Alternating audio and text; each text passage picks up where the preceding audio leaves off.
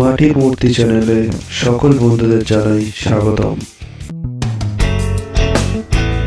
Good morning বন্ধুরা, ফিরে এলাম আবার একটি নতুন ভিডিও নিয়ে। আর আজকের ভিডিওতে আপনাদের দেখাবো মা শীতলা দেবীর মাটির শাড়িটির উপর কিভাবে নকশা অঙ্কন করা হয়। আমরা প্রথমে নীল রং দিয়ে শাড়ির পাড়টি অঙ্কন করে নিচ্ছি। এরপর আপনারা যে টকটকে লাল রঙের শাড়িটি দেখছেন, এই শাড়িটির উপর নানা ধরনের ফুলের একটি অসাধারণ চিত্র অঙ্কন করা হবে। আর এই কাজটি করার জন্যে একজন বিশিষ্ট অঙ্কন শিল্পীকে আমন্ত্রণ জানিয়েছি। তিনি খুব শীঘ্রই আমাদের মাঝে উপস্থিত হবেন। তার আগে আপনাদের জানিয়ে রাখি, এই ভিডিওটি তৈরি করা হয়েছে একজন দর্শক বন্ধুর অনুরোধে। আপনিও প্রতিমা তৈরির কোন অংশটি দেখতে চান কমেন্টে জানান, আমি অবশ্যই আপনাদের দেখানোর চেষ্টা করব। আর যে সমস্ত দর্শক বন্ধুরা চ্যানেলে নতুন আছেন, ভিডিওটি ভালো লাগলে চ্যানেলটি লাইক ও সাবস্ক্রাইব করে আমার পাশে থাকার অনুরোধ রইল।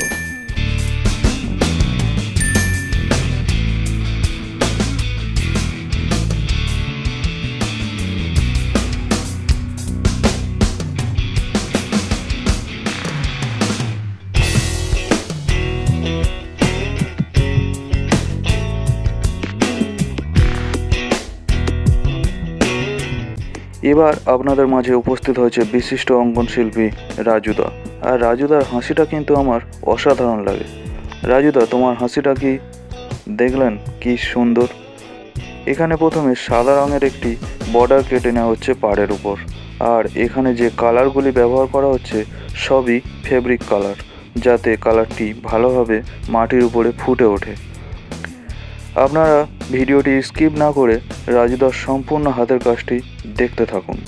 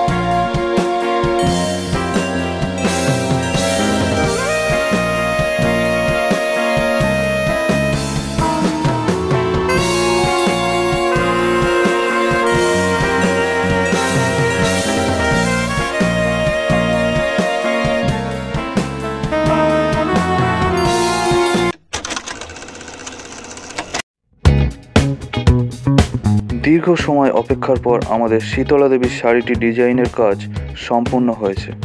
দেখুন কত সূক্ষ্ম সূক্ষ্ম নকশা ও রংবাহারি ফুলের চিত্র কিভাবে শাড়িটির মধ্যে ফুটিয়ে তোলা হয়েছে। আর এবার যদি সম্পূর্ণ প্রতিমাটিকে দূর থেকে দেখা যায় আরও অসাধারণ লাগবে। আমাদের এই রাজুদার হাতের কাজ আপনাদের কেমন লাগলো কমেন্টে অবশ্যই জানাবেন। আর ভিডিওটি ভালো লাগলে লাইক ও চ্যানেলটি সাবস্ক্রাইব করতে একদম ভুলবেন না। তাহলে ভিডিওটি এখানেই শেষ করছি। ধন্যবাদ।